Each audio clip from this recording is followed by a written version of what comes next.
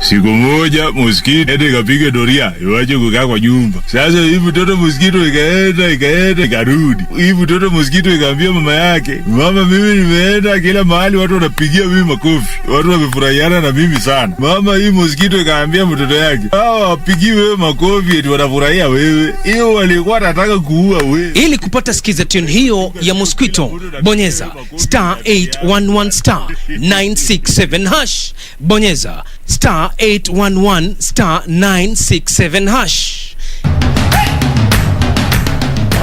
Haya! Mtumishi! Ala!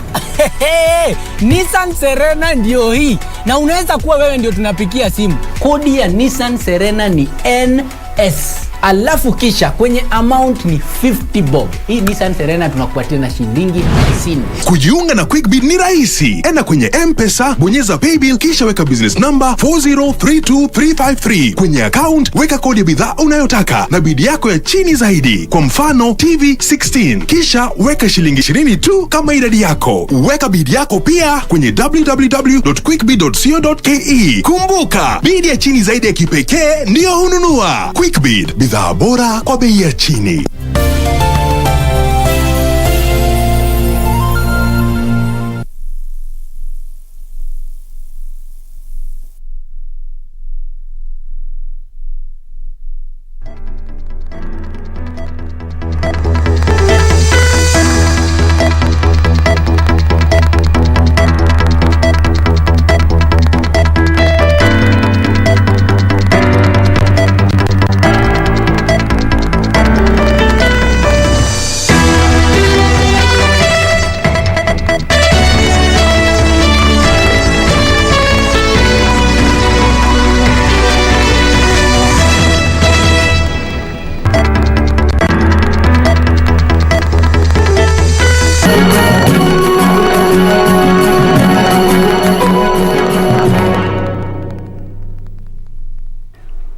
The 10th day of July it is. Good afternoon and welcome to KBC Lunchtime News. Hope you're having a fantastic weekend. It's time for the news.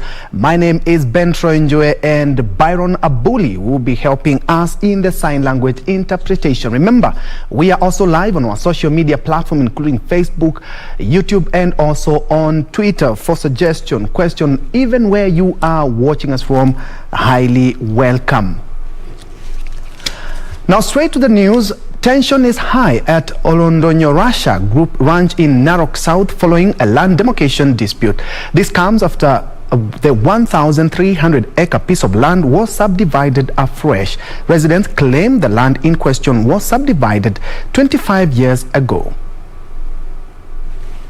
Armed with bows and arrows, members of the OLODONYORASHA Group Ranch in Narok South are here to fight for their ancestral land. Naomba watoto wetu musije mukafanya lolote bila kwenda kwa baba yako, ndugu yako mkubwa kumuuliza. Nimeulizwa, nimeambiwa hivi. The members up in arms with the local land officials for what they claimed as subdividing their land afresh, an exercise they claim was initially done 25 years ago. Masai Council of Elders Chairman KILIFI Njue calling on the security team in Narok County to intervene before the community engages in clashes. Na mtu yeyote yule ama ni wanafujo ya kupigana na watu, lakini wanasema kitu ya mwisho wao kufanya, serikali wasipochukua hatua na kukomesha jambo kama hilo, shida itakuja kutokea ya watu kupigana. Dr. Patrick Morris Olpapit says a green card to his parcel of land that he bought 10 years ago has already been issued under a different name, having been signed by the land registrar in Narok. Bila mimi kujua green card ambayo ndio hii ambayo ninashika hapa ilitoka tarehe 26 mwezi wa 5, na pia kuna jina nyingine hapa ambayo ya mtu anaitwa Steven Kayoni Kusero, mtu ambaye mimi simjui. Moses Marima, a Masai elder, faulted the land registrar in Narok County for subdividing the ancestral land, insisting that the community will not allow the ancestral land to be sold. Na tunashangaa kwamba kuna watu kutoka kwingine wanakuja kuuza ardhi yetu. The group is now calling for the government's intervention and arrest those behind the cartel. For Lunchtime News, I'm Ruth Wamboi. From Narok to Samburu, where the National Gender and Equality Commission and other stakeholders are advocating for formation of laws that will scale up the fight against gender-based violence in the country. Led by Commission Chairperson Dr. Joyce Mwikali Mutinda, they note that many girls' rights were violated last year when schools were closed, at the height of the COVID-19 pandemic. At a workshop on gender equality and equity in Mararal Town, Samburu County, National Gender and Equality Commission Chair Dr. Joyce Mwikali appealed to the National Assembly to expedite consideration of the Children's Bill, saying the Sexual Offences Act needs to be amended. There is also the Sexual Offences Act that, according to us, is not in order and needs to be amended, particularly where there is child-to-child sex. One of the things that has brought us to Samburu is to share the model on SGBV, the model policy, so that this county could already have a policy. We also discussed about having some legislation around that matter at the local level, because there is no law in Samburu that prohibits that. So they just use the national instruments, which is right, but there is need for the county government to go ahead and have a bill. Dr. Mutinda lauded elders from Samburu community for their efforts to end female genital mutilation in the county. Wazee agreed they should eradicate FGM. Now FGM is just one of the types of the gender-based violence in this country. So it is the cultural practices, we can use them positively. If wazee say it ends, it ends. And therefore I would call upon the other wazees, I know there are other wazees in various parts of this country, who can go ahead and make such declarations. Youths who attended the workshop complained of being sidelined in development, urging the government to ensure quality and equity in distribution and utilization of resources among groups of special interests. We don't have equal representation of the youth, women and people living with disabilities. We will urge the county to include this, we call them people of interest, in these forums, because the inputs is really critical in decision making of county budgeting process, among other issues.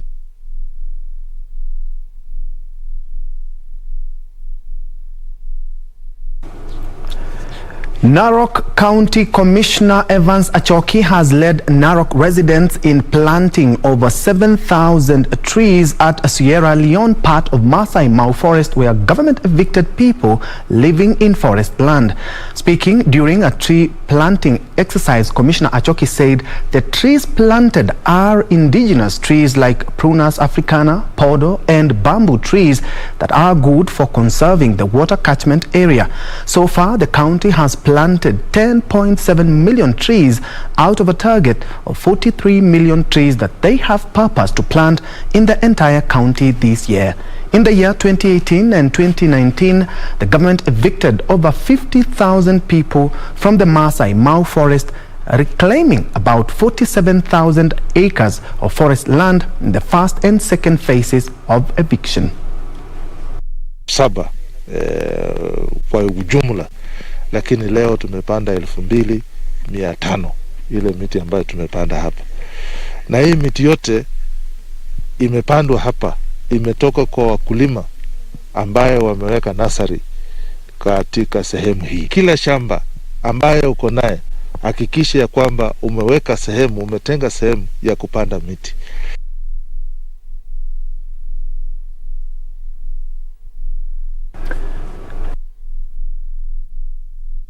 Road along or near the Mama Lucy Hospital woke up to a rude shock this morning after their business premises were demolished on Friday night. According to the traders, a private developer was working with powerful individuals in the government to evict them. A section of traders along KANGUNDO Road at EMBAKASI West are counting losses after their business premises were allegedly demolished by a private developer under the guidance of police officers early Saturday. 9 usiku ndio ameanza kubomoa. Hakuna notice, hatujatoa vitu ndani, vitu zote zimeharibika huko ndani. Sasa hiyo hasara ni ya nani? Tension was high as police lobbed tear gas to locals who tried to block the busy Kangundo-Nairobi road, paralyzing traffic movement. The traders who tried to salvage their wares from the demolished structures wondered why the exercise was done at night without a court order. Watu wakiabuda dora waache kutusugua. Tunafanya search na hakuna chapa wako nayo. Sisi tunaenda na mheshimiwa Veuli mpaka kule kwa Rat Ministry, tunafanya search, tuna parliamentary committee na hakuna chapa wako nayo. Tunauliza serikali kwa nini hawatujali? Area zile zingine wanajali. Na tena rais wetu amesema atatupatia mataito. Ni nini watu wengine wanakuja kutuharas? Over 20 years we are here. Embakasi West Member of Parliament George Theuri damned the demolition, accusing those behind for allegedly not following the law. We are just wondering what is happening because at ule area OCPD, you can see it's a stone throw away. We have a police post there called Pisma, and hata hawajui what is happening. Wameona tu maaskari wenzao wako hapa, wamekuja wameanza kubomoa. Na mimi nashukuru watu because vile watu wamejitokeza, those guys wameenda. He says some few powerful individuals are working in cahoots with security apparatus to break the law. I wish tungekuwa tunaongea na watu wako na court order ama something to say we are here to do this. They don't respect court orders, and that's why you see they do what they are doing saa zile watu wamelala, because when you come to demolish place saa 9 ya usiku, that's being unrealistic. The residents are now calling on the government and Nairobi Metropolitan Services to intervene. Timothy Kipnusu for Lunchtime News. A section of MIJIKENDA elders endorsed Kilifi County Deputy Governor Gideon Saburi for the Kilifi gubernatorial seat in the year 2022 general. Led by MIJIKENDA Kaya Elders Association Chairman Mzee Mwalimu Mubwisho, the elders said also the elders who held rituals and peace and unity of the MIJIKENDA communities ahead of the 2022 general polls.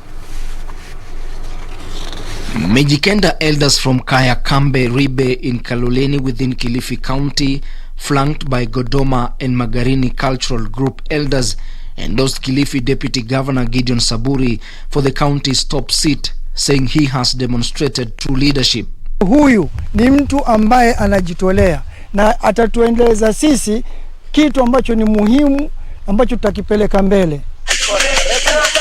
In an event held at Kaya Ribe in Kaloleni, the elders called for the unity of the MIJIKENDA communities ahead of the 2022 elections. Na pia mimi nataka muniangalie. Si kusema tu ati nimesema hapa basi leo tumekubali, hapana. Nataka hata mimi muniangalie. Munichunguze, je, huyu anafaa ama hafai? Wale wenzangu nao waangaliwe, wanafaa ama hawafai? Hiyo ndio njia ya kwamba tunataka tuende. Sisi tunataka tuungane MIJIKENDA wote. Hii Coast Province. Na sio Coast Province peke yake, hata uko nje. During the event attended by Kilifi Deputy Governor Gideon Saburi and representatives across the Kayas at the coast region, the elders conducted traditional rituals and MIJIKENDA prayers to protect the region from calamities. Hii siku ya leo ilipangwa na wazee tukiwa pamoja na imeanza, ambapo itamalizika tarehe 23 kwa maombi makubwa kabisa kwa mkoa wote wa Pwani. Pia tunakaribisha jamii zingine waweze kuja tushirikiane kwa maombi yale muhimu. Ben Chumba, Lunchtime News.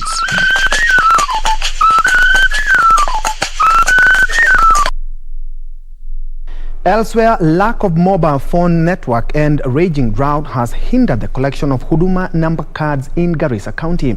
According to Garissa County Security Committee, many residents have either migrated to other areas in search of water and pasture and have not received text messages due to poor connectivity. Garissa County Security Committee says 9,938 out of 22,996 HUDUMA number cards issued to the county have been delivered but remain uncollected by owners. County Commissioner Boaz Cherutich says plans are underway to conduct a door-to-door delivery across all the sub-counties. We have commenced a very aggressive exercise, and we are calling this door-to-door campaign, which will be conducted by chiefs and chiefs and Nyumba Kumi elders to ensure that all these cards are released, are collected by the owners. Cherutich, who was recently posted to the region, pledged to deploy more security officers to areas believed to be hotspots for terror attacks which have in the past affected mobile phone connectivity. We have written to the service providers so that they can come and reinstate those communication equipments, so that of course the area can be covered. So we are giving this priority, and then secondly we are going to organize and have security deployed to those areas, so that we ensure that those vital installations are adequately covered.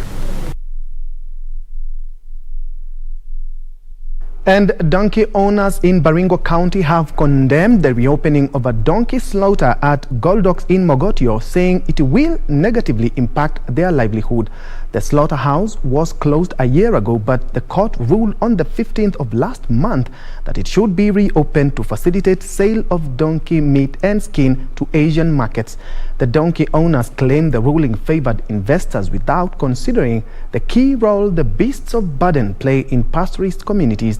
They further allege the high price of donkey skin to be used for Chinese medicine has led to poaching, and the animal could soon go extinct.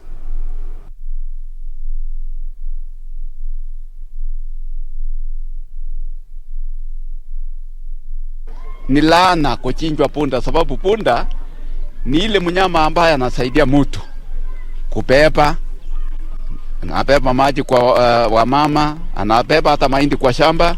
Hasa kwa uamuzi ulioamuliwa na koti ya kwamba punda iendelee kuchinja, sisi kama washika ama wakamati wale tulikuwa na pinga, hatukuhusishwa.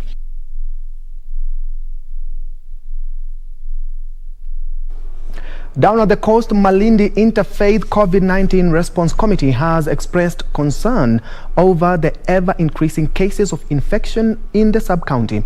The committee, together with police officers and officials from the Ministry of Health, held a peaceful procession within Malindi town to sensitize residents on the need to follow prevention protocols.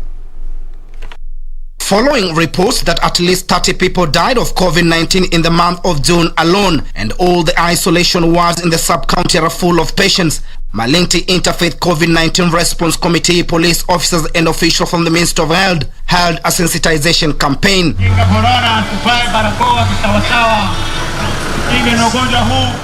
They marched to the Central Business District, sharing messages of how to combat the fast-spreading virus through proper use of face masks, hand washing and sanitizing. Watu wengi wakiona polisi ndio wanavaa mask, na tumekuja kuambia kwamba si kwa sababu ya polisi ni wao wavae, kujilinda, na tunawakumbusha kuoga mikono, tunawakumbusha kukaa distance ili waweze kujilinda na ugonjwa huu wa corona wao pamoja na jamii zao. Na sisi polisi kuhakikisha kwamba tunahamasisha wananchi wetu kuhusu ili janga la corona, ili waweze kufuata hizo protocols zote ambazo zimewekwa na serikali.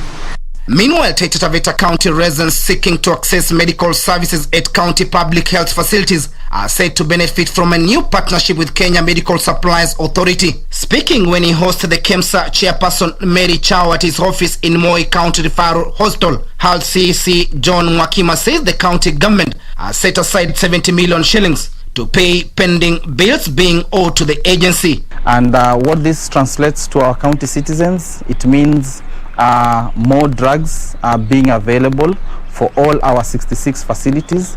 It equally means that for the services that we have introduced in our hospitals, such as cancer treatment, eye services. It means that we're able to get all those specialized medications, not necessarily in the essential list. It was also very interesting to hold discussion even with the other officials of the county, and even the Minister for Agriculture and the County Secretary on various areas that will enable us to collaborate as a county and also with KEMSA in making sure that our people receive the services that they deserve.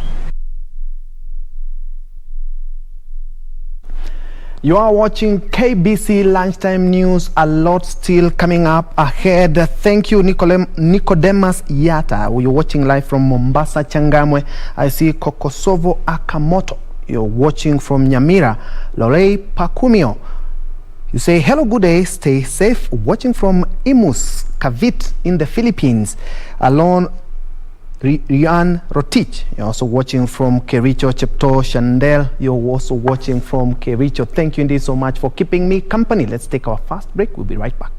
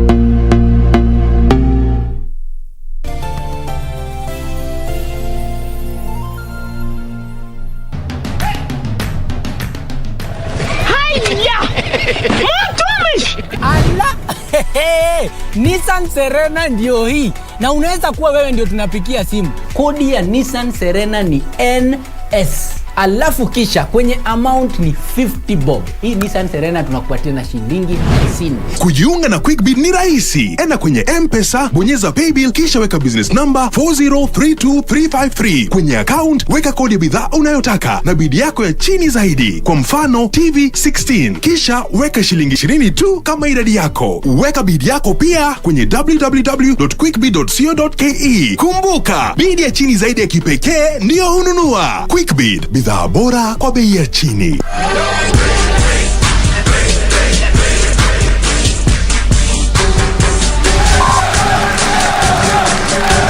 This could be bad news for Austin, though. Here's Odus. What a huge kick! What a huge kick! And Austin crashed into the inverted top rope. Rolling Hurricane Rana spells the end of the best match that Ace Austin has competed in here in MLW, but the winner, the lucha sensation, Ray Odus. I am Avalanche.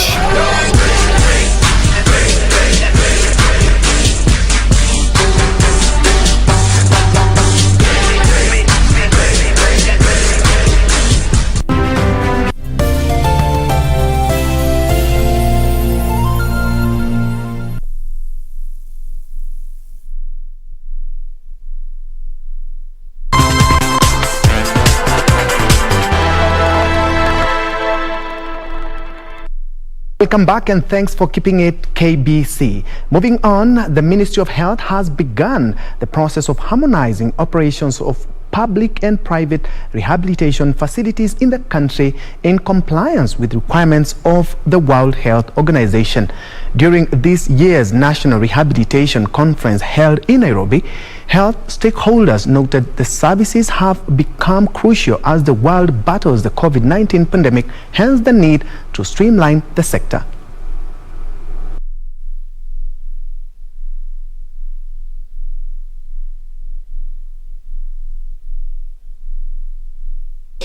Who are referred for rehabilitation services, very late referrals when there's literally nothing or very little that you can do. So we need to come together, enhance advocacy, enhance awareness of the value and the need and the availability of rehabilitation services as an essential healthcare services. The Rapid Assistive Technology Assessment, RATA. This is sponsored by the WHO, and this was supposed to do a household survey across the 47 counties of Kenya to check on the needs and the unmet needs and the barriers to assistive devices that are there. And not only the devices, also the services. How accessible are our services to the persons who need them, huko mashinani? Rehabilitation prevents further deterioration of disability. 2, rehabilitation even migrates a person with a disability who would have either not been able to interact with his environment. Rehabilitation services would take him back to the normal if there is any normal person. Of health can sort of work with institutions like KMTC or other hospitals that have colleges for health sciences to bring in the curriculum for speech and language therapy. That way, when the curriculum rolls out, then we have more speech and language therapists in the country, and then these can then roll out into mashinani areas where we don't have a lot of therapists. Yes. Elsewhere, tea farmers are set to benefit from new directives given by the Minister of Agriculture that will see tea farmers set the minimum price at the tea auction beginning Monday. Farmers have also been directed to hold their tea at available government silos until prices are high. Agriculture CS Peter Munya says farmers have been for a long time exploited by businessmen who have been setting their price at their own benefit, affecting farmers' earnings. Na tukakubaliana kuanzia Monday, auction ya Monday ambayo itakuwa huko Monday, kutakuwa na minimum price ambayo hakuna mtu atanunua chai kama afikishi price hiyo, na wataalamu wale wanasimamia hiyo wamefanya calculation hiyo na wakafiti hiyo, na tumezungumza kuhusu hiyo na tukajua ni ngapi, na tumesema hiyo minimum tumeifikia tukitazama cost ya production, na tumetazama katika factory zile ziko chini zaidi, tukaona vile zitaenda juu, tukatazama pia quality ya chai ile itaenda juu. Kwa hivyo minimum price is not based only on the tea, it is also looking at the quality. So in other words, we are simply saying from Monday they will be operating at the auction and even in direct sales a minimum price below which tea from Kenya will not be sold. Let our market not be buy and driven. We want our market to be driven by the intelligence of the market and the need for the farmer to make a reasonable income from his tea.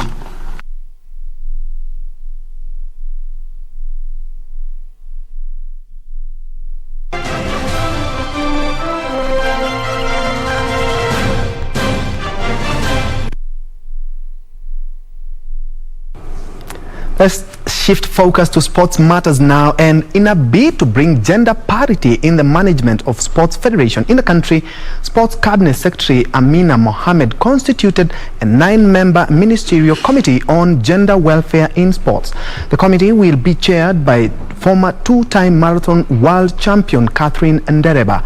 Amina made the decision after growing concerns of the treatment of women in sports.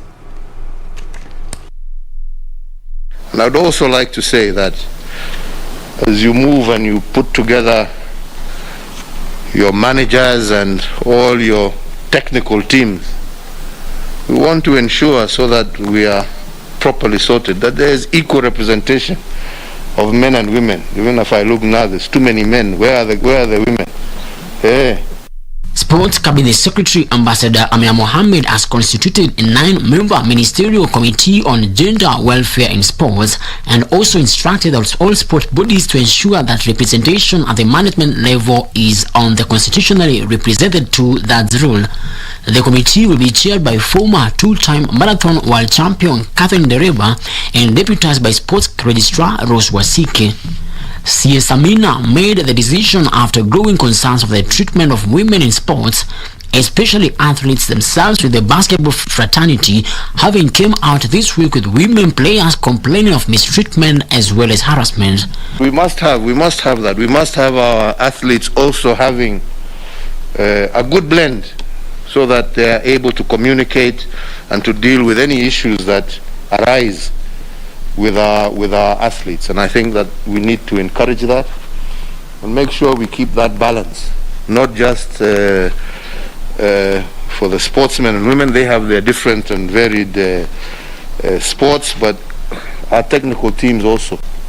CS Amina also warned that federations which do not adhere to the new directive risk losing funding from the government, and teams will not be allowed to compete in any tournament, whether locally or internationally. At the same time, the CS has warned that anyone implicated in any verified case of harassment should be excluded from the respective federation and team affairs with immediate effect, and the report by the concerned federation to be availed to our office. Frederick Muki for Channel 1 Sports. And a treat for sports fan, Raja Casablanca of Morocco and JS Kabylie of Algeria will meet tonight in the final of the CAF Confederations Cup in Benin. The two sides are unbeaten in the competition and will play in a final to be televised live on KBC TV from 10 p.m. tonight. 2019-2020. Raja Casablanca of Morocco and JS Kabylie of Algeria take impressive CAF Confederations Cup unbeaten records into the final tonight in Benin. Neither team have lost since the playoffs last February in the African equivalent of the UEFA Europa League. The mood to get on with things. Nicely chested down inside the penalty area, and the shot at Raja Casablanca have gone 10 matches since an away defeat at US Monastir of Tunisia in a tie then won via a penalty shootout. And defender Al Wafali, the chance to hit one now, and Kabylie have an even better record, going 11 matches unbeaten after losing at former title holder Stade Malien of Mali in a tie settled by an away goals rule. Raja Casablanca were particularly impressive in the group phase that followed the playoffs, winning all 6 matches without conceding. Kabylie topped their mini league, which ended with the shock elimination of 2020 Confederations Cup winners Renaissance Berkane of Morocco. The Green Eagles of Raja won easily in the quarterfinals and narrowly in the semi-finals, and the Canaries of Kabylie did it the other way by scrapping into the last 4 where they cruised to victory. So the stage is set for a close final with Raja seeking an 8th CAF title and Kabylie a 7th. Amroun on target again. Raja last succeeded in 2018, edging V-Club from the Democratic Republic of Congo when the Confederations Cup final was still played over 2 legs. It has been 19 years since Kabylie last raised a CAF trophy, overcoming Tonnerre Yaoundé of Cameroon 4-1 overall in the final of the CAF Cup, one of 2 competitions that morphed into the Confederations Cup. The entertaining final will be televised live on KBC Channel 1.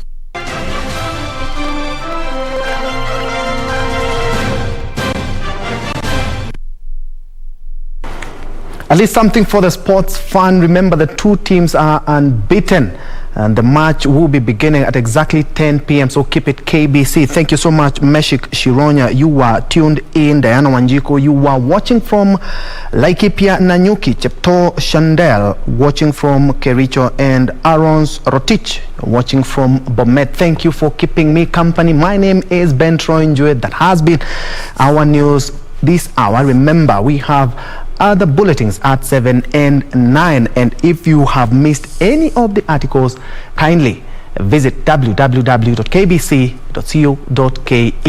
Have a good and blessed afternoon.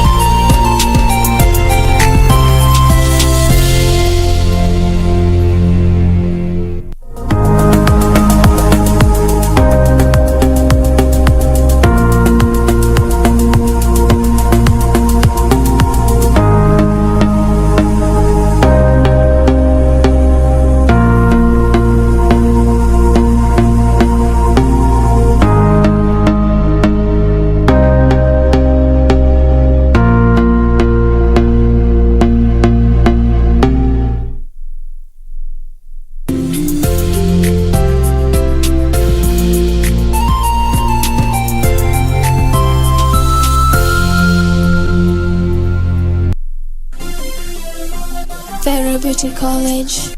Vera Beauty and Fashion College, with branches in Nairobi, Eldoret, Thika and Meru. Did you know that we are a TVET approved institution? We offer courses